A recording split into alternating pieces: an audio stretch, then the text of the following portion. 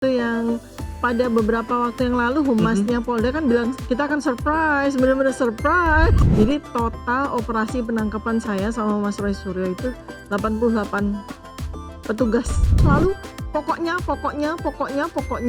nggak menerima diskusi maupun ini undang-undangnya seperti ini, peraturannya seperti ini, enggak. Cuma dua, pokoknya lalu perintah atasan. Yang seantar beredar ada backingan.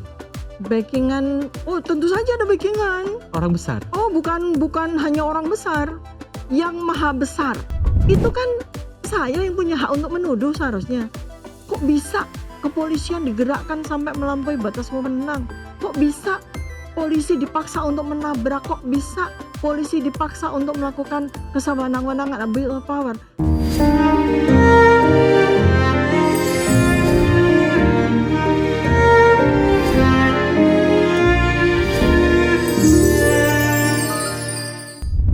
Halo Sobat Ayus, dimanapun Anda berada, senang sekali Deep Talk with Syam Hakung bisa kembali nemenin kalian semua.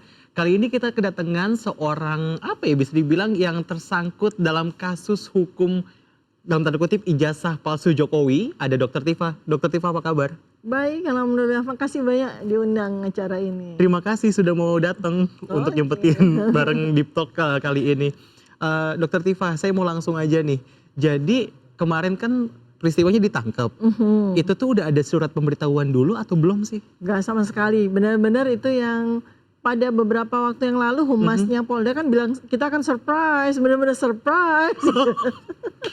Itu nggak ada omongan sama sekali? Sama sekali. Padahal waktu itu di hari Jumat 19 Juni 2026, tanggal yang tak terlupakan itu ya. Itu adalah tanggal yang buat saya istimewa karena saya mau ujian disertasi kan.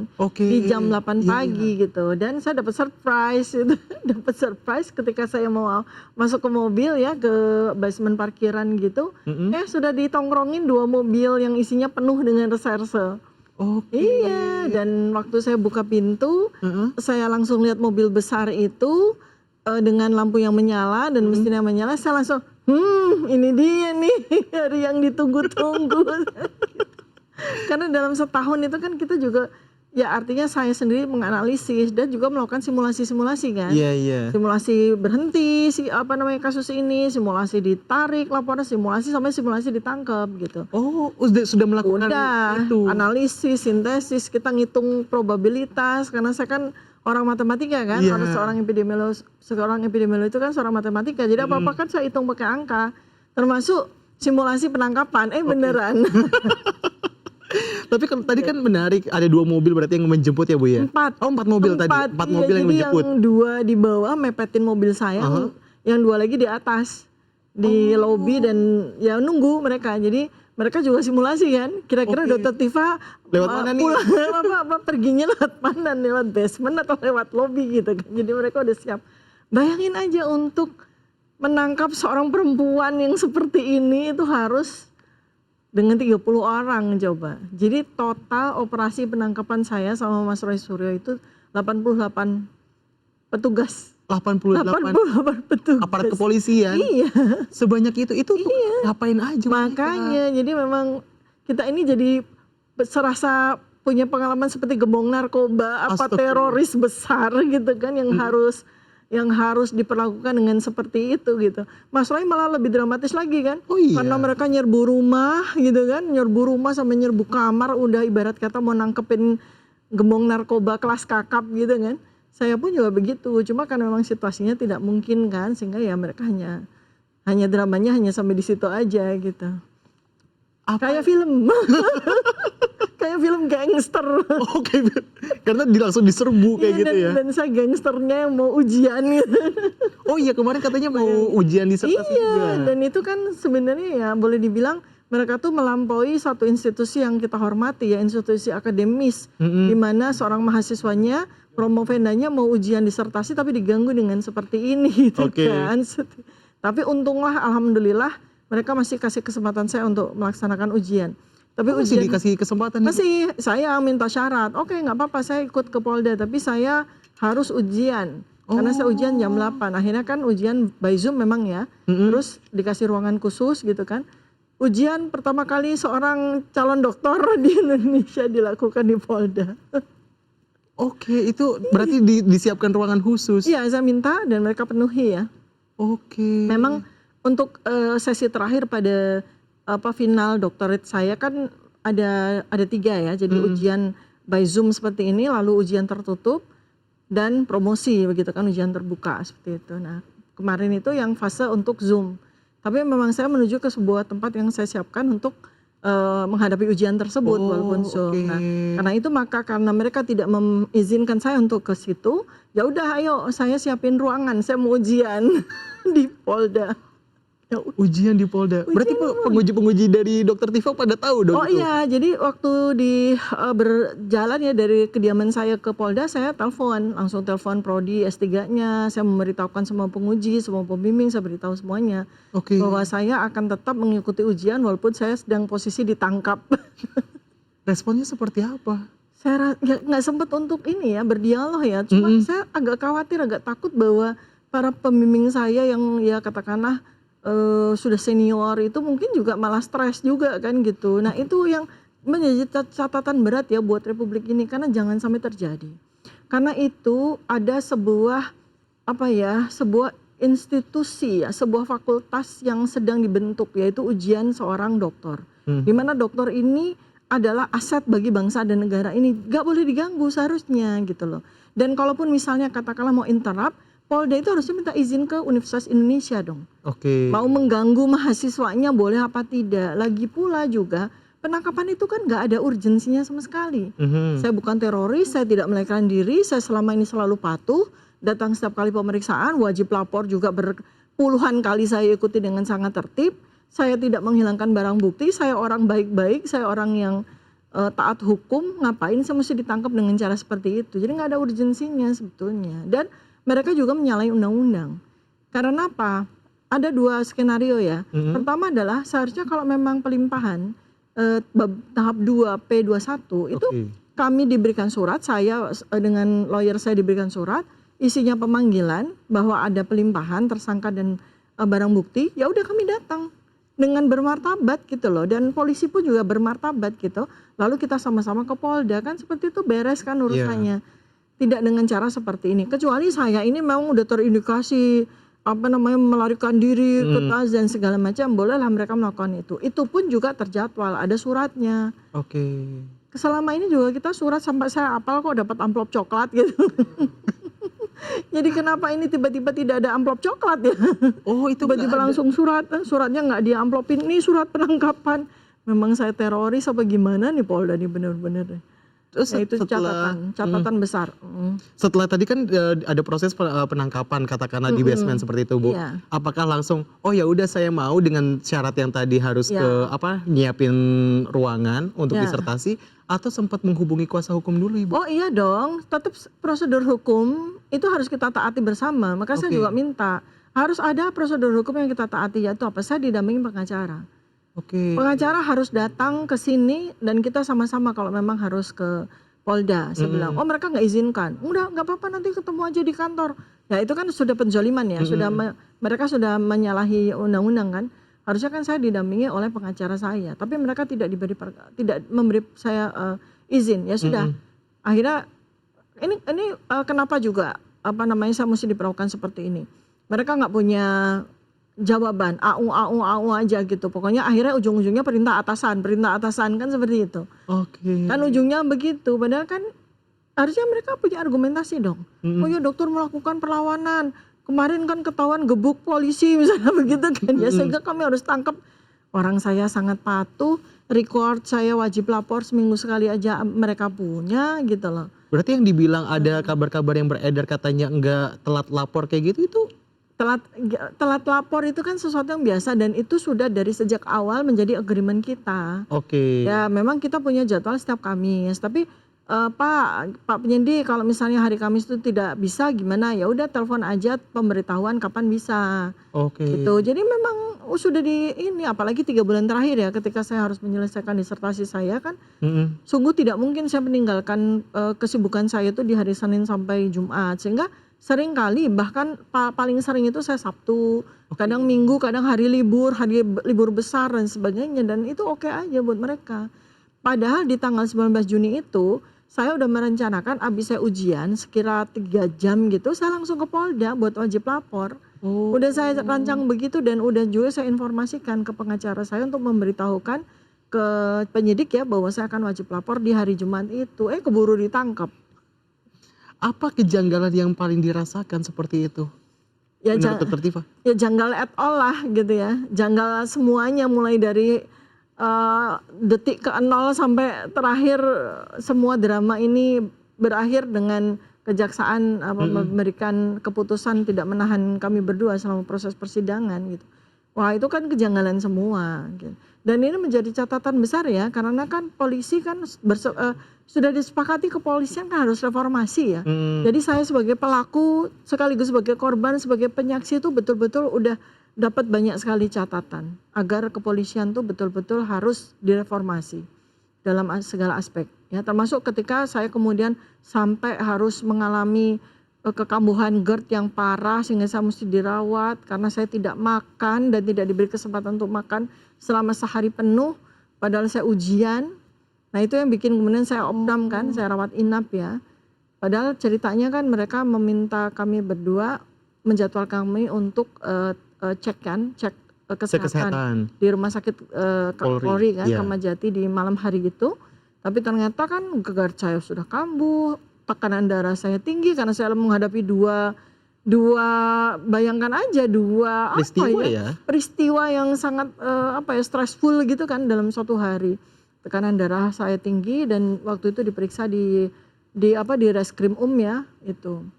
Jadi saya memang betul-betul membutuhkan treatment dari dokter gitu kan, tapi tidak terpikir juga untuk rawat inap.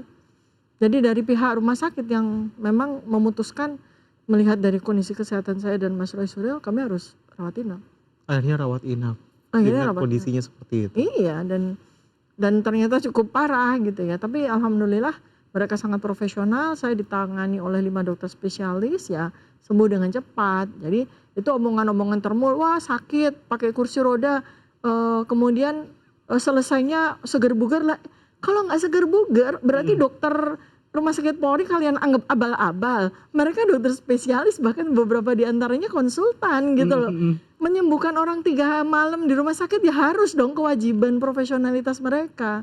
Masa saya masuk kursi roda, keluar kursi roda, berarti apa kerja dokter ya. Terima kasih banyak kepada para dokter yang merawat saya di Rumah Sakit Polri Kramat Jati. Anda sangat profesional. Kalau ada masih banyak komentar-komentar katakanlah di sosial media pada saat itu kan keluar masih dengan ekspresi tersenyum, sumringah, mungkin juga bahagia karena akhirnya tidak jadi ditahan seperti itu Dokter Tifa. Apa komentarnya? Karena orang-orang kayak dalam tanda kutip mungkin termul atau yang segala macam kayak ini kok segar bugar, tadi mungkin udah sempat disinggung, ini masih sumringah. Ya itulah bedanya antara Polda sama Rumah Sakit Polri Kramat Jati gitu. Di Polda saya dibiarin kelaparan, nggak dikasih makan, ditahan, di sel bahkan nggak dikasih makan. Sementara di Rumah Sakit Polri ya betul-betul ditangani dengan sangat profesional. Ya tentu saja makanan rumah sakit itu higienis, obat-obatan masuk, infus masuk, ya saya seger lah 3 malam. Dirawat, kalau enggak kan kita pertanyakan kualitasnya bagaimana, akreditasinya bagaimana. Tentu saja rumah sakit Polri nggak mau dong tercemari profesionalitas mereka dengan kemudian memulangkan pasien masih dalam keadaan kursi roda, itu kan nggak masuk akal sekali gitu. Cukuplah 3 malam perawatan kan gitu. Walaupun saya sebetulnya masih perlu antibiotik 2 hari lagi. Jadi waktu itu dokter rumah sakit masih belum mengizinkan saya untuk pulang karena saya masih harus mendapatkan antibiotik untuk 2 hari lagi dan kondisi saya waktu itu juga belum prima sepenuhnya, masih 50% gitu. Nah, yang menarik tuh kemarin kan sempat masuk ke tahanan kejaksaan, akhirnya bebas kayak gitu kan, walaupun kayak cuma dilimpahkan doang. Ya. Nah, itu kan nggak jadi tahan, Dokter Tifa. Ditahan juga sebenarnya menurut versi mereka ya. Versi mereka. Kalau saya sih nggak mau mengakui saya ditahan ya, maksudnya karena ya nggak ditahan, itu dipaksa untuk masuk sel, dipaksa untuk pakai baju orange, itu maunya mereka kan. Dan mereka itu selama 4 hari interaksi dengan saya itu selalu pokoknya nggak menerima diskusi maupun ini undang-undangnya seperti ini, peraturannya seperti enggak. Cuma 2, pokoknya lalu perintah atasan, udah tuh bagaimana abuse of powernya mereka gitu loh. Oke. Iya, jadi mereka pokoknya harus ikut, pokoknya harus ini, pokoknya harus seperti itu, pokoknya seperti itu. Padahal sungguh pun ya, ini seorang terpidana, seorang yang sudah dihukum, tetap hak asasi manusia itu harus ditegakkan. Apalagi saya masih orang bebas. Saya ini orang bebas loh, saya orang merdeka loh. Mm. Saya ini orang bebas, nggak ada apapun juga. Jadi kalaupun misalnya kemarin itu Polda melakukan hal seperti itu, penangkapan lalu kemudian penahanan kepada saya, itu saya tidak ada dalam posisi saya punya mereka punya hak untuk menahan saya loh. Saya orang bebas kan. Bahkan sidang aja belum mulai kok sudah ditahan, ya kan? Sudah pasal-pasalnya aja masih dieksersis oleh kejaksaan kok. Bahkan udah rontok, ada 2 pasal udah rontok kok. Oke. Bentar lagi insya Allah akan rontok lagi kan gitu. Belum sidang aja pasal-pasalnya udah rontok loh.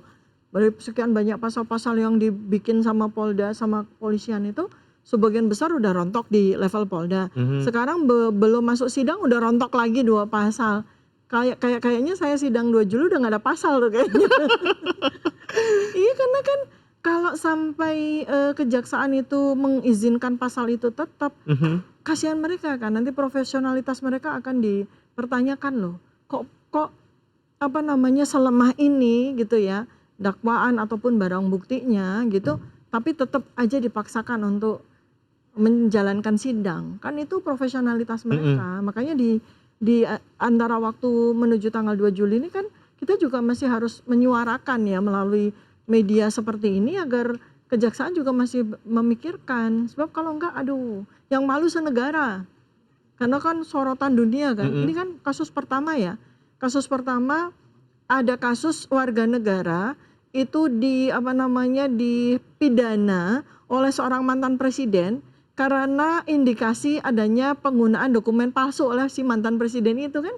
Pertama kali dalam sejarah dunia loh. Rakyatnya dilaporkan oleh mantan presiden dan tidak ada tuduhan sama sekali loh. Coba ingat baik-baik. Saya itu pernah menuduh apa? Saya tidak pernah menuduh apa-apa kok. Saya kan membuat penelitian atas dasar spesimen yang saya dapatkan. Penelitiannya valid dengan menggunakan metodologi riset yang ketat. Hasilnya ternyata spesimen yang saya dapatkan itu ternyata menunjukkan adanya tidak otentik. Oke. Nah, kan tinggal beliau yang bersalah, ini loh yang otentik kan tinggal begitu. Yang saya uji, yang saya teliti itu kan bukan ijazahnya beliau, orang saya tidak pernah memegang ijazahnya beliau. Kok beliau menuduh saya melakukan fitnah dan pencemaran nama baik? Memang yang beredar di internet ya, yang ditunjukkan oleh orang-orang itu memang betul-betul punya dia? Kan belum tentu. Kenapa dia harus mengakui bahwa semua dokumen yang ada berserakan di internet itu adalah dokumennya dia? Jadi Ya kan? siap untuk sidang? Siap lah, insya Allah. Ini demi bangsa dan negara ya. Oke. Jadi saya siap sidang itu demi bangsa dan negara. Karena kita mau bikin sejarah bagus untuk negara ini. Untuk kita wariskan kepada generasi ke depan kita. Jangan sampai ada presiden ke-21 bermasalah dengan ijazahnya. Jangan sampai presiden ke-100 nanti bermasalah dengan ijazahnya. Sekali ini aja deh yang bermasalah dan kita clearkan, kita putihkan, kita luruskan semuanya. Untuk menjadi pelajaran buat kita semua. Tadi yang menarik adalah tadi kan katakanlah nggak jadi ditahan dan tadi pasal-pasalnya rontok. Konon katanya yang dengar-dengar yang santer beredar ada backingan. Backingan, oh tentu saja ada backingan. Orang besar. Oh bukan hanya orang besar, yang maha besar. Siapa? The Almighty, Allah Subhanahu Wa Taala. Kalau orang besar yang dimaksud yang lain? Oh pengacara saya badannya besar-besar. Nanti bentar lagi diinterupsi. Pengacara saya badannya besar-besar. Backingan saya, pengacara saya badannya besar-besar. Gini ya, jadi itu kan semua omongannya termul, ya kan? Bukan apa kata rakyat Indonesia. 93% rakyat Indonesia sudah dilakukan survei secara algoritmik dengan metodologi yang valid. Waras kita semua. Orang-orang yang bernalar itu jumlahnya 93%. Nah yang tidak bernalar, yang sisanya 7% itu kan bot, termul gitu kan ya. Dan mereka akan yang sibuk untuk bersuara, itu bukan perwakilan dari rakyat. Jadi Anda Rakyat menjawabnya hebat. seperti apa, Dokter Tifa? Menjawabnya kalau misalnya ada orang besar nih, ada orang penting. Kalau kita bicara selalu ya, setiap kali ada sesuatu yang tidak berkesesuaian, tidak sesuai dengan maunya kita, Mhm. lalu kita kemudian bilang, oh itu ada backingnya, itu artinya kita menginjak-injak hukum di negara ini. Oke. Seakan-akan seperti negara ini tuh nggak ada hukum, karena yang bekerja adalah orang besar, orang kuat, backing dan segala macam. Saya pegangannya hukum. Warga negara kita taat hukum, ada Undang-Undang Dasar 45, ada undang-undang yang mengatur segala macam peristiwa, itu yang kita pegang. Saya setahun ini juga belajar KUHP kan, KUHP saya belajar. Ternyata baru saya tahu bahwa kita semua sebagai warga negara itu harus belajar hukum, harus ngerti undang-undang kita, sehingga kita tahu kalau misal ada masalah kita tahu. Mhm. Jangan kita kosongan, jangan kita buta hukum ya. Nah itulah yang membuat pembedaan antara mana orang rakyat yang waras dan yang tidak. Kalau rakyat yang waras itu selalu tahu bahwa setiap kali tindakan kita implikasinya seperti ini, termasuk kemudian implikasinya adalah bahwa jaksa tidak menahan saya selama proses persidangan, itu karena kita semua menegakkan ketaatan kita kepada hukum. Tetapi orang-orang yang tidak waras akan berkata, oh itu ada backingan kan begitu. Tidak waras maksudnya termul. Hah? Termul nggak waras maksudnya, Dokter Sebetulnya Tifa. tidak waras itu bukan gila ya. Tidak waras itu tidak menggunakan kewarasannya kan gitu. Mhm. Itu jumlahnya 7%. Itu isinya bot sama termul. Ya berarti apa namanya? Termul itu nggak waras. Tidak waras itu jangan diartikan gila ya. Tidak waras itu adalah orang yang tidak menggunakan kewarasannya. Oke. Orang yang waras adalah orang yang menggunakan kewarasannya. Waras means nalar, logik. Ya berarti nggak waras maksudnya. Maksud Tidak Dokter Tifa. logik. Ya, tidak logik, tidak menggunakan nalarnya. Maka ini sekarang ini harus diruqyah supaya mereka bisa menggunakan kewarasannya. Karena apa? Kita negara hukum. Jadi kalau segala sesuatu yang berkaitan dengan hukum, itu hukum yang kita pegang, bukan kemudian kita lantas menuduh orang menggunakan ada backingnya, ada orang besar, ada bohir dan segala macam kan. Kata-kata mereka itu kan kosakatanya sangat terbatas. Orang besar, orang kuat, bohir. Pokoknya asal tidak sesuai dengan apa maunya mereka, oh orang besar, orang kuat, bohir kan begitu. Cuma 3 suku kata itu aja yang mereka miliki kan.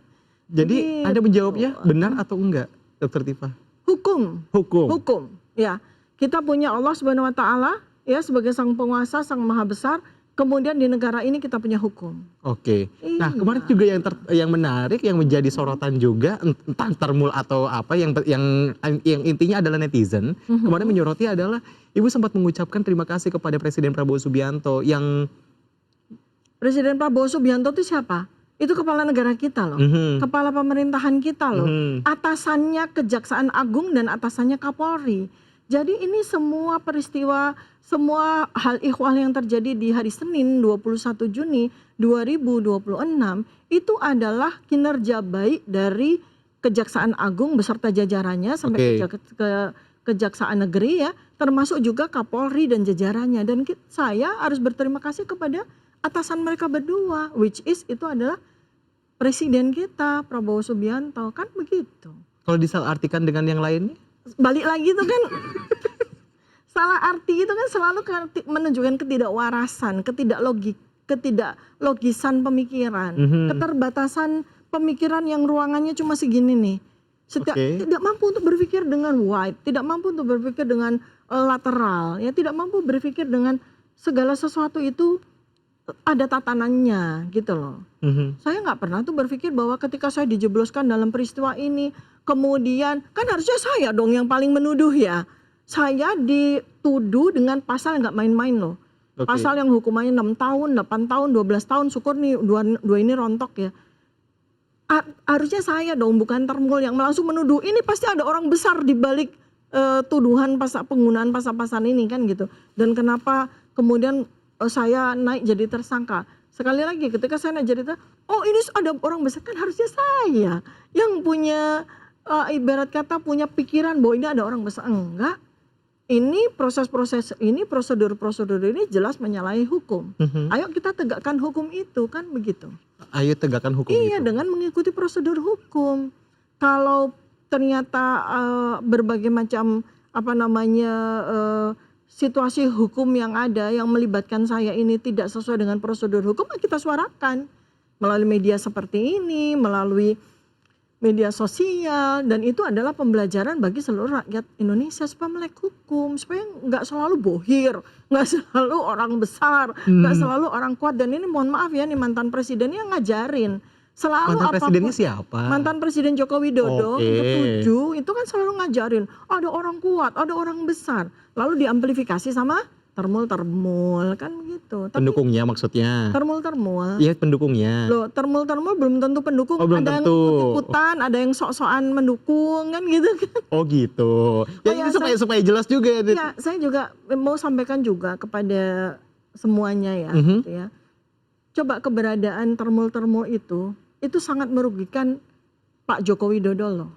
Mereka itu bukan siapa-siapanya, mereka bahkan bukan lawyernya, bukan pengacara, tapi sok-sokan seakan-akan seperti mewakili kepentingan hukum Pak Joko Widodo. Itu sangat merugikan, dan itu menjadi catatan-catatan, menjadi fakta-fakta yang akan bisa kita jadikan sebagai fakta persidangan loh.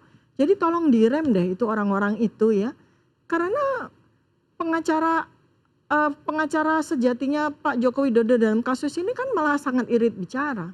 Dan bicara juga saya lihat itu sangat terukur dan sangat terstruktur. Tapi yang ngawur, yang nggak karu-karuan, yang sampai bilang mau membakar kejaksaan, minta diturunkan jaksa agung dan sebagainya, kejaksaan tinggi dan sebagainya, kan malah bukan orang-orang yang punya legal standing untuk mewakili pikiran dan perasaan Pak Joko Widodo. Belum tentu Pak Jokowi itu punya pemikiran dan pendapat yang sama dengan mereka loh. Kita masuk akal nggak kalau Presiden Joko Widodo bilang, wah ini kejaksaan tidak jadi menahan Dr. Tifa dan Roy Suryo. Ayo bilang kamu bakar kejaksaan, nggak mungkin kan? Nggak mungkin kan? Makanya itu tolong dipotong. Mereka itu di stop deh. Memberikan pembelajaran yang tidak baik ya bagi rakyat. Seakan-akan melakukan sebuah tindakan main hakim sendiri gitu, dan tidak ada tindakan sedikit pun terhadap mereka oleh kepolisian. Itu ancaman besar loh. Bakar kejaksaan, coba bayangkan. Masa dibiarkan ya? Yang kita harus bahas juga kalau misalnya ngomongin soal awalnya kan dari Polda, akhirnya dilimpahkan ke kejaksaan, sempat ke kejaksaan juga Dr. Tifa dan juga Bang Roy Suryo kayak gitu kan. Apa yang dilakukan kuasa hukum dari tim kuasa hukum Anda berdua seperti itu dokter, yang akhirnya ngebuat akhirnya tidak ditahan seperti itu? Ya bukan tidak ditahan, itu sepenuhnya kewenangan kejaksaan kan. Tidak ada lobby-lobby atau apapun? Oh enggak, kita nggak usah menggunakan, pokoknya kita tuh lurus. Ada yang mengatakan ini ada unsur politiknya segala macam? Oh jelas dari awal, bukan karena kemudian kami dibebaskan lalu ada unsur politik. Jelas dari awal, dari sejak tanggal 30 April 2025, sejak pertama kali Pak Joko Widodo itu melaporkan kami, itu udah unsur politik, bukan lagi unsur hukum. Unsur politik ini kan sepenuhnya ini adalah peristiwa politik yang dibumbui oleh unsur-unsur hukum. Bukan terbalik, ini peristiwa hukum yang dibumbui oleh unsur-unsur politik, tidak. Tidak ada, berarti tidak. Anda membantah itu? Kenapa? Berarti Anda membantah dan itu? Tidak ada juga tuduhan yang harus saya bantah kan. Nggak ada orang berkata ada lobby dan sebagainya. Enggak, kita tertib, saya bersama dengan pengacara saya menghadap kejaksaan, menghadap JPU, diantarkan oleh jajaran Polda ya, dari mobil tahanan kita dimasukkan ke kantor Kejaksaan Negeri Jakarta Selatan, kita duduk dengan tertib, kita menunggu keputusan. Nggak ada kita punya keinginan untuk lobby sana, nggak perlu itu. Tidak Semua digerakkan oleh Allah Subhanahu wa taala. Semua digerakkan. Jadi 19 Juni ketika saya harus menghadapi sebuah sidang yang sangat penting dalam hidup saya, dan insya Allah ilmu saya insya Allah bermanfaat bagi negara, malah ada peristiwa yang itu adalah bentuk abuse of power yang dilakukan oleh Polda. Bukankah itu ada campur tangan dari orang besar di balik itu? Siapa orang besarnya? Iya. Maksud saya, kalau saya mau menuduh, kan harusnya saya menuduh. Kalau tuduhan Dokter Tifa siapa sih? Enggak ada, saya nggak menuduh. Nggak ada? Harusnya. Oh harusnya. Coba kita bikin logically thinkingnya. Peristiwa penangkapan saya sampai melalui wewenang, sampai kemudian humiliate terhadap institusi saya, ya kan, di mana saya sedang bersekolah gitu. Itu kan saya yang punya hak untuk menuduh seharusnya. Kok bisa kepolisian digerakkan sampai melampaui batas wewenang? Kok bisa polisi dipaksa untuk menabrak? Kok bisa polisi dipaksa untuk melakukan kesewenang-wenangan abuse of power? Kalau tidak ada orang besar di baliknya, kan gitu ya. Kan gitu, harusnya kan saya, tapi kan saya tidak melakukan itu. Saya tidak, sepatah kata pun saya tidak mengucapkan itu. Tapi giliran ada keputusan penting yang dikoridori oleh undang-undang, oleh Kejaksaan Negeri Jakarta Selatan, memutuskan kami tidak ditahan sama proses persidangan, wah langsung rame tuduhan ada orang besar di balik itu. Kan harusnya saya yang menuduh. Tapi kan saya tidak menuduh apapun. Tapi yang saya mau tanya juga, benarkah kalau kemarin saya sempat ada dengar kabar, tapi saya mau konfirmasi langsung ke Dokter Tifa, benarkah ada tawaran restoratif justice pada saat kemarin ditahan? Oh iya. Oh Bentuknya ditahan seperti apa? kemarin? Enggak, restoratif justice itu dari sejak, pokoknya yang beruntun itu ya, yang kemudian mengikuti menggunakan restoratif justice sejak 8 Januari 2026 ya, which is itu adalah Egy Sujana dan Heri Lebus, lalu disusul sama Rismon tanggal 2 Maret 2026. Kan mereka menggunakan restoratif justice ketika peristiwa ini masih ada di Polda kan gitu. Kemudian pada saat kami menghadap atau kami dihadapkan kepada kejaksaan, sesuai dengan KUHP baru nih, supaya juga semua tahu ya. Oke. Jadi KUHP baru itu ada BA namanya berita acara di mana kami mengisi dan ada tanya jawab. Itu nomor poin-poin pertama itu memang ditekankan untuk berdamai. Oke. Iya, memang itu semua tersangka atau semua apapun dalam kasus apapun pasti seragam. Kalau ada perselisihan atau ada laporan, pokoknya perselisihan antara kedua belah pihak, baik itu pidana maupun perdata, itu udah ada turunan dari KUHP baru, yaitu damai dulu. Kemudian pihak yang dilaporkan mau nggak minta maaf gitu kan, mau nggak melakukan restoratif, seperti itu. Memang ada seperti itu. Ya saya dengan tegas berkata tidak. Yang salah siapa? Kan yang salah yang malsuin ijazah, ya kan? Yang salah, kalau kita bicara salah dan benar ya, yang salah yang tentu saja yang dugaan dan kita kita buktikan dengan penelitian ilmiah kita yang bisa kita pertanggungjawabkan. Yang salah ya yang menuduh saya, kan begitu. Saya salah apa? Saya melakukan kerja profesional kok sebagai peneliti. Yang menuduh siapa? Yang menuduh yang melaporkan saya tuh. Iya, siapa yang melaporkan? Ya kan Joko Widodo yang melaporkan saya. Oke. Sama ada 3 orang itu. Kelihatannya kok seperti gini, macam kayak Dokter Tifa takut. Enggak, ini kan saya berurusan dengan Joko Widodo. Ya, jadi maksud saya juga menanyakan ini supaya yang menonton juga clear seperti itu. Iya, kan kita lagi bicara tentang apa sih ini? Iya, makanya orang juga clear seperti itu. Apakah ada dalam tanda kutip ketakutan untuk menyebut-nyebut namanya, atau justru ini akan secara gamblang seperti itu, dokter? Kalau takut itu saya akan ikut Egy Sujana kan. Nah, kan gitu. Itu kan ciri-ciri orang takut kan. Berarti yang ngambil restoratif justice itu yang takut? Oh iyalah, takut menghadapi sidang kan. Dan saya diminta loh, berkali-kali loh, dibujuk-bujuk sampai diikutin kemana-mana untuk supaya saya mau restoratif justice loh. Terakhir restoratif justice ditawarkan kapan, dok? Ya sekitaran bulan Januari sampai bulan April, sampai Lebaran itu kan April ya. Iya, terus ada. Tawarannya seperti apa? Ya, kalau kita boleh tahu. Ya intinya sudah berkali-kali juga saya ceritakan ya. Ayolah dok, ke Solo lah dok, mau ya dok, restoratif justice dok. Maksudnya bertemu dengan mantan presiden? Ya, bertemu dengan orang yang melaporkan saya, which is itu adalah Pak Joko Widodo. Ayolah dok, ke Solo lah dok, mau lah dok, gitu loh. Maksudnya apa? Mereka supaya tidak terjadi peristiwa sidang kan. Sebab ya saya bilang kalau sampai sidang, saya kasihan negara ini. Kasihan negara ini, lebih dari itu kasihan Pak Jokowi gitu loh. Jadi kan dari awal, dari sejak kasus ini bergulir saya menjadi tersangka, ini sebaiknya dihentikan deh. Bukan karena saya takut atau enggak, bukan. Kalau saya takut sidang, Prapit saya lanjutkan, saya batalkan kan Prapit.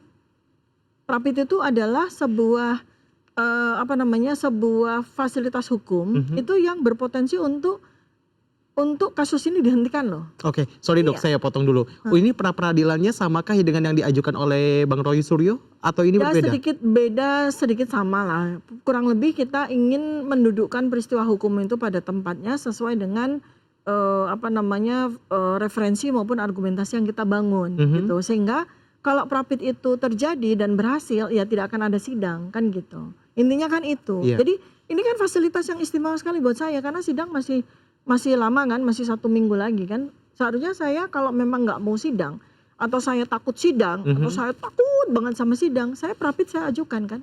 Ternyata Prapit saya ajukan, saya menghormati 2 institusi. Saya menghormati presiden, Mhm. ya. Saya menghormati semua lembaga hukum yang terlibat dalam peristiwa ini, terutama kejaksaan dan kepolisian. Kejaksaan terutama ya utamanya karena mereka ternyata punya kebijaksanaan untuk tidak menahan saya. Ya udah, Jadi kalau misalnya gitu. pra peradilan awal banget diajuin itu triggernya apa sih, Dok? Sebenarnya kita akan melihat bahwa pasal-pasal ini dipaksakan. Oke. Pasal-pasal ini sama sekali tidak relevan gitu loh. Jadi sidang itu kan nanti akan berlangsung dengan sangat menyedihkan gitu loh. Karena kita memaksakan pasal-pasal yang tidak pada tempatnya. Nanti akan kejadian seperti Bambang Tri, seperti Gus Nur gitu kan.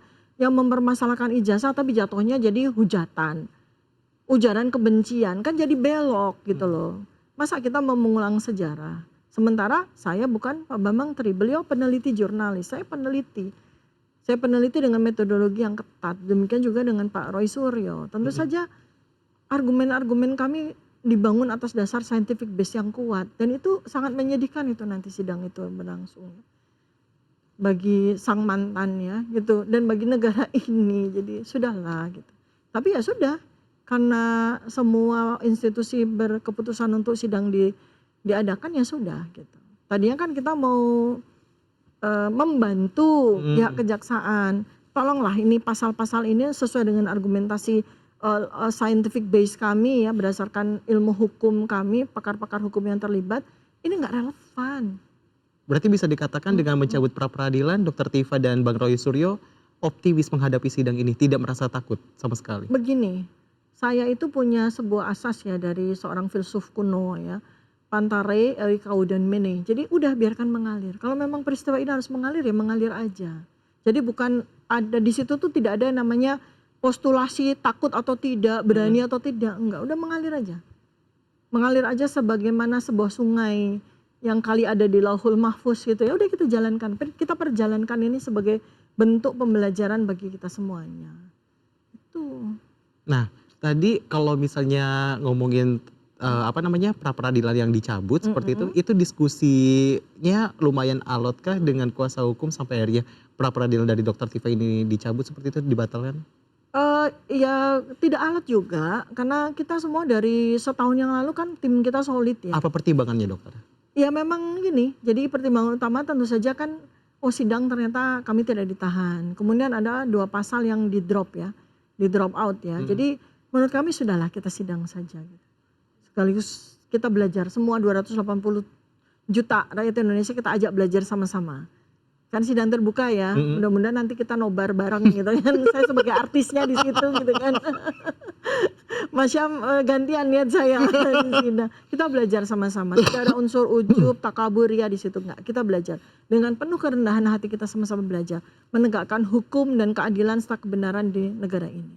Jadi tidak ada rasa takut, jadi optimis aja, jalanin aja? Jalanin aja, lebih kepada jalanin aja dengan penuh kerendahan hati Mhm. gitu, supaya kita dapat pelajaran. Kalau kita jalani dengan takabur, kita nggak dapat pelajaran, mental semua pelajaran. Tapi kalau kita jalani dengan penuh kerendahan hati, Mhm. menghormati setiap institusi yang terlibat, insya Allah cahaya dari Allah Subhanahu Wa Taala dari Tuhan yang Maha Kuasa itu akan membuka hatinya hakim, membuka hatinya jaksa, membuka hatinya semua pihak yang terlibat. Sidang kan akan berlangsung, perdana itu 2 Juli 2026 ya, Dok, ya? Iya. Eee, se Apa saja yang sudah dipersiapkan untuk menghadapi sidang? Ya tentu saja ilmu hukum harus kita perdalam, empirical base harus kita kuasai lagi, kita gali lagi segala kemungkinan agar hukum menang. Jadi bukan Segala kemungkinan tuh ada apa aja, Dok? ya kan possibility harus kita hitung ya. Oke. Baik dengan ilmu hukum maupun dengan ilmu matematika kan gitu ya. Kan ada ilmu probabilitas yang harus kita pakai juga di situ. Kemudian juga pokoknya intinya adalah kita menggunakan segala perangkat akal kita, ilmu kita, kebijakan kita agar hukum tegak, agar hukum menang, bukan agar Tifa menang enggak. Agar hukum menang, agar keadilan menang, agar kebenaran menang. Itu yang paling penting. Itu yang paling penting Iya, sekarang. kita nggak menang-menangan kok. Kita justru ingin menyelamatkan wajah atau kehormatan dari semua pihak yang terlibat, termasuk mantan Presiden Joko Widodo. Kita ingin selamatkan, kita ingin jaga marwah dan kehormatan. Bagaimanapun beliau presiden, pernah jadi presiden. Kalaupun melakukan kesalahan, janganlah kemudian jadi sebuah tinta yang kayak sebotol tinta yang tumpah gitu loh. Jangan. Kita harus jaga marwah itu sebagai pembelajaran kekelaman yang tidak boleh lagi terjadi di kemudian hari. Ini kan menarik, dari pra-peradilan dari Dokter Tifa kan ini dicabut ya dok ya, tidak jadi untuk mengajukan. Ya. Tapi sementara kalau pra-peradilannya dari Bang Roy Suryo kan ini masih terus berjalan. Ya. Apakah ada diskusi juga terkait dengan hal itu? Oh ya, nggak apa-apa. Karena kan kita juga nomor perkara kita kan juga beda kan gitu. Sudah diinformasikan dari sejak Polda ya bahwa kami ini split sync, artinya kami akan menghadapi persidangan yang berbeda, ya kan. Walaupun kami sekata, walaupun kami katakan dalam setahun ini menjadi satu tim, beliau adalah sahabat lama saya, tetapi ketika kita menghadapi sidang, ternyata kan memang sidang sendiri. Ini bukan soal strateginya beda-beda, enggak. Strategi kita tetap satu. Oke, Mas Roy jalan terus, saya batalkan karena memang relevansinya bagi saya udah nggak ada, ya nggak apa-apa. Bukan berarti kita jadi kayak iya, enggak. Kalau dia menggoreng kayak gitu gimana dok? Enggak, selalu balik lagi 90, mau ikut yang 93% waras atau ikut yang 7% tidak waras. Enggak, jangan tidak, non waras. Bahasanya diperhalus. Tapi sebenarnya kalau misalnya ada yang menggoreng-goreng seperti itu, saya balik lagi penasaran seperti itu dengan kondisinya dalam tanda kutip psikisnya Dokter Tifa dan juga Bang Roy Suryo yang sebentar lagi akan menghadapi persidangan dan ini kan kasusnya udah bertahun-tahun kayak gitu loh. Ya, itu kan sedihnya ya bertahun-tahun ya. Bahkan kalau dihitung-hitung dari sejak awal itu 2016 loh. 10 tahun loh. 10 tahun gitu loh. Jadi ayolah kita hentikan ini semua dengan apa? Dengan ilmu. Ilmu sudah kami kerahkan untuk menyempurnakan apa yang didapatkan oleh Pak Bambang Tri sebagai peneliti jurnalis. Sekarang kan seperti sudah saya ingatkan ya sejak setahun yang lalu. Kalau sampai Tifa dan Roy itu diperlakukan seperti ini, maka akan muncul 1000 Tifa berikutnya, 1000 Roy berikutnya. Sekarang udah muncul satu demi satu para dokter, para ilmuwan kan seperti Dr. Bonatwa Silalahi, Dr. Leonid, dan diikuti yang lain-lain kan, sibuk sekali kan ini sidang KIP di mana-mana. Itu nanti akan jadi orkestrasi yang menggelora karena kebenaran sudah meminta haknya untuk bicara. Jadi nggak ada artinya memenjarakan saya atau menghukum saya dengan hukuman yang tidak relevan karena nanti akan muncul Tifa 2, Tifa 3, Tifa 4 dan seterusnya. Itu yang dihindari. Itu yang dihindari Ya, kan sampai terjadi lagi. Lah, kita ini menghadapi perang dunia ketiga, kita menghadapi peristiwa sulitnya ekonomi, ya kan? Udah ada kapal-kapal nuklir sampai kita nggak lihat gara-gara semua pikiran terfokus dengan ijazah ini kan, gitu. Sudahlah, selesai. Semua pihak duduk bersama dalam sebuah fakultas yang harkat martabatnya tinggi dan itu bukan di sidang gitu loh. Ilmuwan ayo kita berembuk, para oracles berembuk, para dewa-dewa ilmu berembuk, begawan-begawan berembuk. Bagaimana kita menghentikan persoalan ijazah ini dengan martabat. Kalau sampai di sidang dan akhirnya saya dikorbankan, itu kan seperti menjerumuskan semua peristiwa ini kepada jurang yang dalam dan jangan harap bahwa ada dengan begitu kemudian berakhir. Enggak, justru akan memunculkan orang-orang yang mungkin jauh lebih berani daripada saya. Dan tunas-tunas itu udah terlihat. Iya, gak akan selesai. Masa kita urusannya ijazah melulu? Udah terbukti kok saya dengan buku yang saya buat bersama Mas Roy kan waktu itu. Waktu Rismon masih waras juga kan. Sekarang berarti gak waras. Ya iya kan dia kan jadi 7%. Kemarin masuk 93%, sekarang terjerumus ke 7%. Kasihan sebetulnya kan ya. Jadi janganlah lagi ada orang yang ditakut-takuti untuk bicara tentang keadilan dan kebenaran. Ya, janganlah lagi ada orang yang mudah diiming-imingi dengan segala macam gitu kan. Ayolah. Memang berat banget sekarang ini kebenaran itu digenggam seperti bara api ya. Kebenaran, keadilan tuh digenggamnya itu seperti kita menggenggam bara api. Tapi itulah warisan berharga untuk bangsa dan negara ini. Terakhir Dokter Tifa, kalau ngomongin sidang perdana akan digelar 2 Juli, apa harapannya dokter? Harapan saya mudah-mudahan outfit saya cocok sama sidang. Oh ini di luar konteks. Biasa perempuan kan sibuknya di situ. Bercanda. Ya tentu saja kan kami juga sekarang ini rapat maraton simultan, tapi tetap dengan menjaga kewarasan, menjaga kami tetap optimis dan gembira. Bukan seperti menghadapi di depan sana ada tiang gantungan, enggak. Ayo kita pakai ruangan sidang itu sebagai sebuah fakultas. Bagaimana kita meninggikan ilmu ya untuk menegakkan keadilan dan kebenaran. Dokter Tifa, terima kasih sudah mau diundang dan berbincang. Sama-sama Mas Syam, terima kasih banyak Ayus TV. Mudah-mudahan bermanfaat ya. Semoga bermanfaat dan semoga nanti kita nantikan bersama bagaimana nanti proses persidangannya. Ya, insya Allah, bismillah. Mulai start di 2 Juli nanti. Tanggal 2 Juli. Ya, terima kasih, mohon doanya semuanya. Terima kasih Terima Dokter. kasih. Itu tadi Sobat Ayus perbincangan kita di Deep Talk with Syam Hakung kali ini. Terima kasih sudah nonton. See you.